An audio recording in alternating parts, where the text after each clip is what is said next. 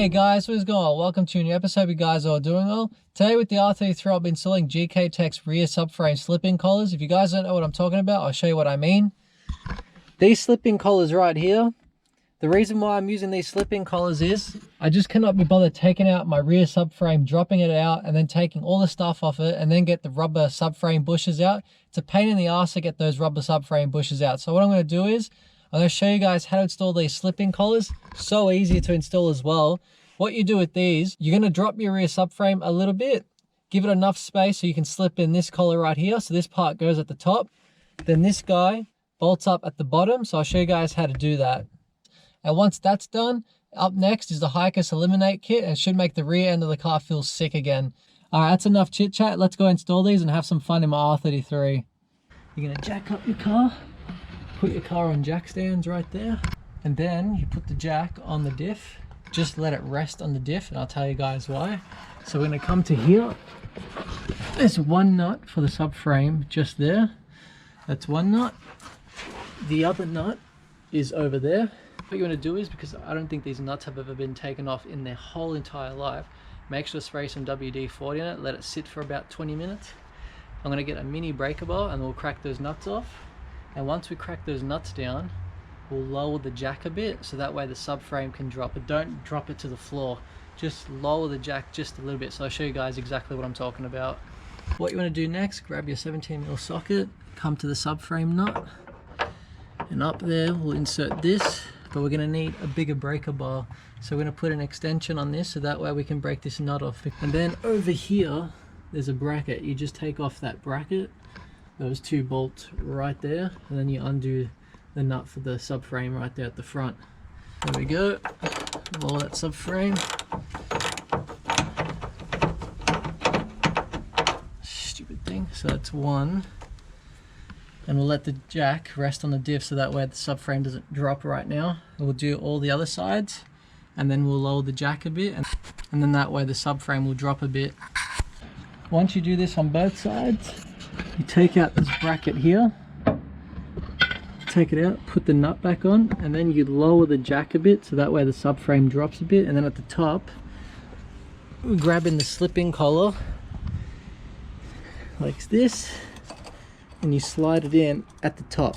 So we're going to lower the jack and insert that in, and then with the bottom guy, you put him on the bracket like this, and then you grab that nut up there underneath it. So let's go install this.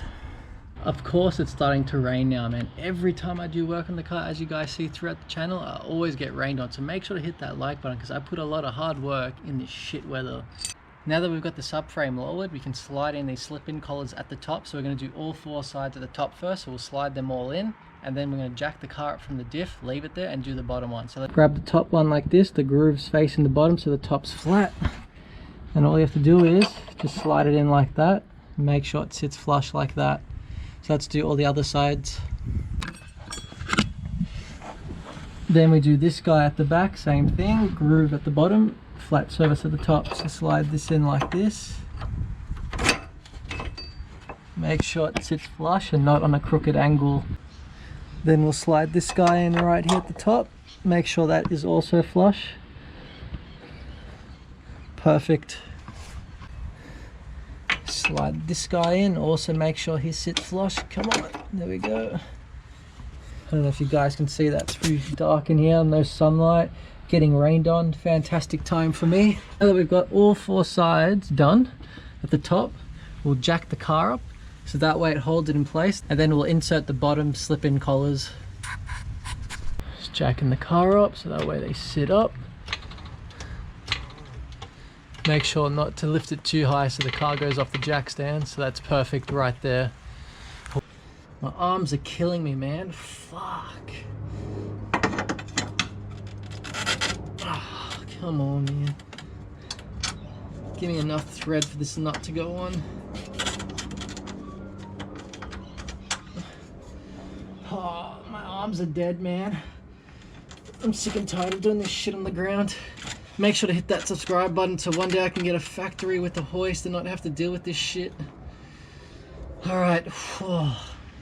My arm is disabled, man. I'm not even joking. I don't want to sound like a bitch, but fuck me, I'm tired of doing shit like this on the ground. So let's tighten this nut up and we'll compress up, and then we'll make this subframe bushing solid. Oh, that's really compressing the rubber. I can see it from this angle. That's mad. Once you grab your torque wrench, we're going to do 81 foot-pounds. So on your subframe nuts, on all 4 sides, we're going to do them up at 81 foot-pounds. You want to do them up tight. Reason why is it's your subframe. The last thing you want is your subframe to drop loose while you're out drifting, man. It's going to suck. So let's quickly torque spec these, and then take my car for a cheeky test drive. Shit. It's gonna... Alright, that's 81 foot-pounds. You can tell how much it compressed this rubber bushing in the subframe. So that's definitely going to be solid. So I'm going to quickly do all the 4 sides, and then we'll take my car for a test drive. Wait, I just realized I forgot to show you guys how to do the rear subframe slip-in collars. So we'll do that, and then we'll go for a cheeky test drive. If you guys don't believe me that it hasn't been raining, check this out. I'm always working the rain, man. So let's quickly do these rear ones and go for a drive, because I'm over this shit. So at the rear of the subframe here, you grab the part here, then you grab the gktech subframe bush, put it on there, then straight up in here, like so, grab the nut, and then tighten that sucker on, like that.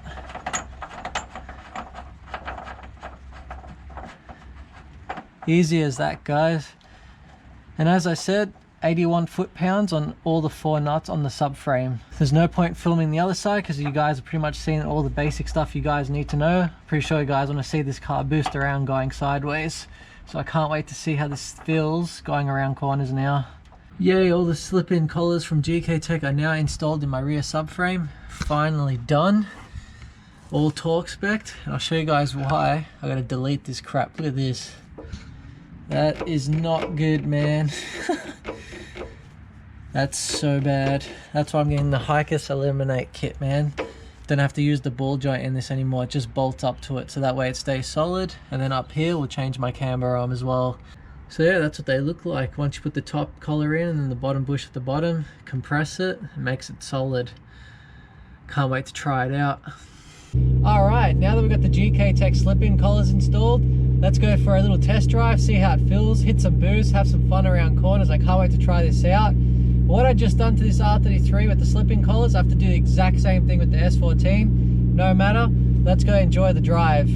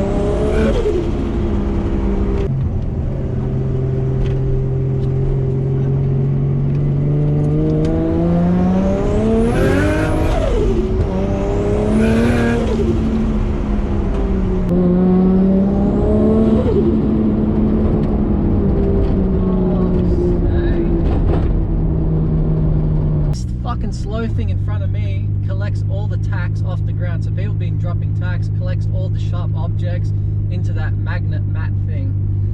Oh my god, dude. What a shit job. What a shit job.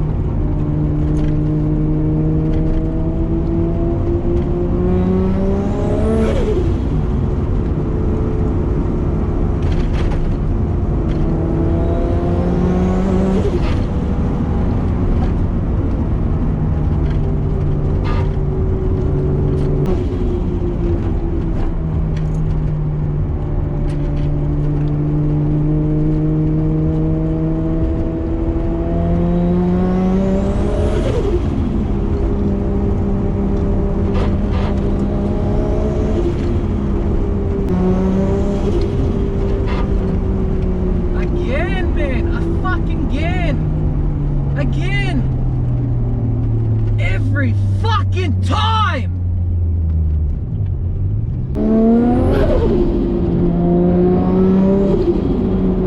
Alright dudes, I'm so sorry if the driving clips weren't that good. Doesn't matter what time I go out, 3 AM, midnight, any time of the day, there's always some peasant around to stuff up everything, man. Every time I go to take out this car for a test drive with a new part or something, there's always someone there. There's some spots I don't film at, like it'll take me like an hour and a half to get to from my house. And when I get to these secluded spots, there's always people around. I just don't get it. It's like this whole town is just filled with people now, man. Back in the day, going to the spot that I was just at, you'd barely see a cyclist, you'd barely see anyone around, and you could go up and down as many times as you want and have fun and then go home and have a solid night. But now, what you guys just saw is what I deal with any time of the day. So I'm so sorry if the driving clips weren't that good.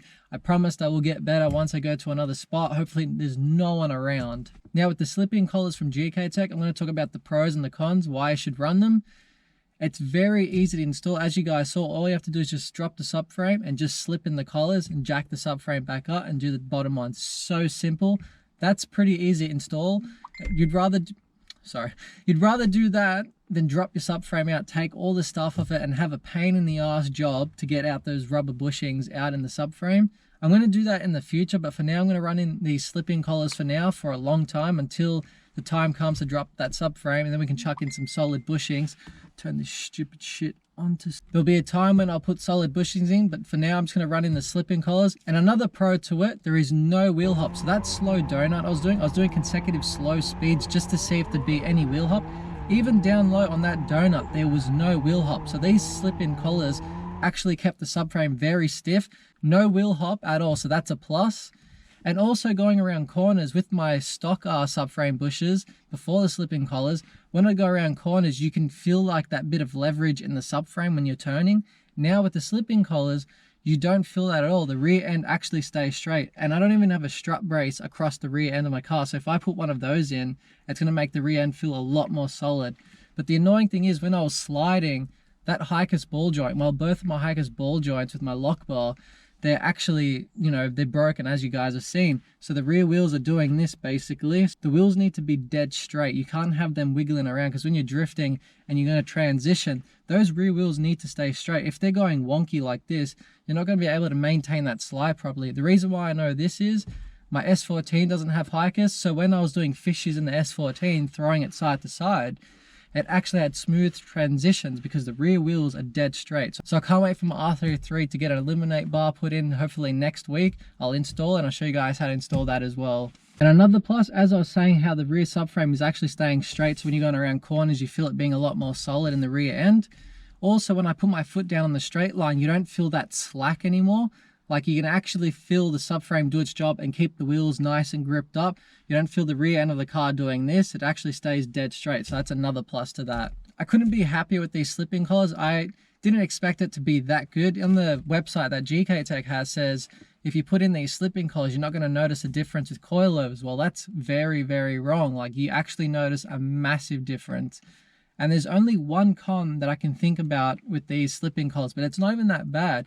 It's just that your ride in the car is a lot noisier because you got solid subframe bushes basically. You feel the vibrations of the road a lot louder. But think about it, you're going to get used to it in a week's time. Like when you run a lock diff, the first time you drive a lock diff, right, you'll be chirping around, trying to do a 3-point turn. You start thinking, so, oh my God, how am I going to live with this? But after a week of driving the car, you're sorted, man. You get used to these things. So don't worry about that. That's the only con I can think of. So I highly recommend going to gktech, get yourself a slipping collar by them, and then slip them into your car and go have some fun. This Thursday there should be a new upload with the S14. I did buy an eBay underglow kit. I call them neons, but we'll just call them underglow for now. For some reason, everyone calls them underglow now. So I'm going to chuck in some underglow in my S14. I got to rewire some of the wire on this underglow kit because it doesn't go around the car properly. But I'll show you guys that all on Thursday. Now, if you're a new viewer, make sure to hit that subscribe button. Make sure to hit that like button. Leave a comment. It does help out with the videos. Make sure to share them with your mates. Try to get more people on board, because if there's more people on this channel, that means I get to do more cool shit like this. Think about how much I've done in such a short time with my R33 and S14. If I had more backup, man, I'm going to get another car. I'm thinking about a C33 Laurel or an R32 Skyline. So out of those two, that's going to be my next car to build. And I'd also like to add that we've just hit over 1,100 kilometers in my RB25 fresh rebuild. So I can't believe my driveway build has actually lasted this long. With the amount of driving and abuse I've been given it, it's been perfect. The only thing I really need to do is just take out some of the lifters, or take out all the lifters actually, re-bleed all the lifters, chuck them back in, and then the ticking noise will go. It usually ticks when you give it a good flogging, but then it calms down after a few minutes. But that's the only bad thing that I can think about with this RB25 build. So after 1,000 kilometers, this thing has been solid. So yeah, thank you guys so much for the love and support, and I'll catch you guys in the next episode. Catch you guys later.